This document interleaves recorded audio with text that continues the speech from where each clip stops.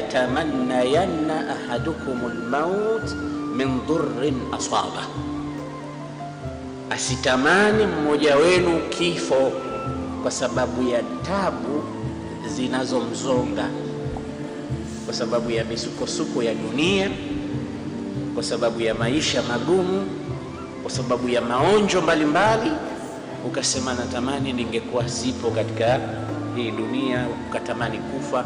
Na wengine wakafika mpaka kucommit suicide, kama tunavyozungumza kwamba maradhi makubwa leo ni stress au kumahanika au msongo wa mawazo, kafika pale mtu akajitoa uhai wake.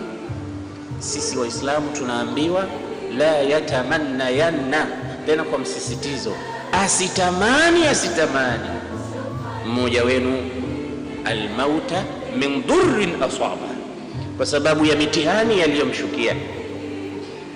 Fa in kana la budda fa'ilan, ikiwa mtu hana budi kutamani kifo, yani dhurufu zinaonekana huyu mtu hana budi, anataka kufa tu. Mtume akasema ikiwa hakuna budi, unatamani kufa au unataka kufa, falyakul, basi sema maneno haya, omba hii dua: Allahumma ahyini ma kanatil hayatu khayran li wa amitni idha kanatil wafatu khayran li.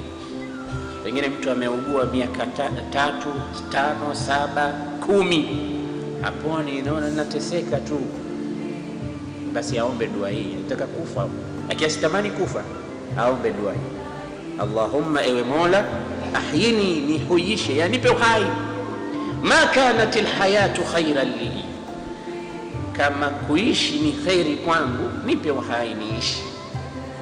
Wa amitni, na nifishe, niondoe, niue katika hii dunia, idha kanatil mamatu khayran li, ikiwa khairi yangu iko kwenye kufa. Hii dua omba.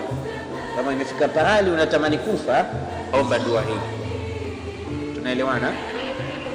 Lakini usitamani tu kufa, bora ningekufa, natamani kufa, natamani kifo kije. Usitamani kufa. Lakini umezongwa na mambo, umehiari kifo kwa sababu hujui khairi yako iko wapi, muombe Mwenyezi Mungu: ya Rabbi, nifishe kama kuna khairi katika kufa. Ya Rabbi, niache niendelee kuishi kama kuishi kwangu kuna nini, kuna khairi.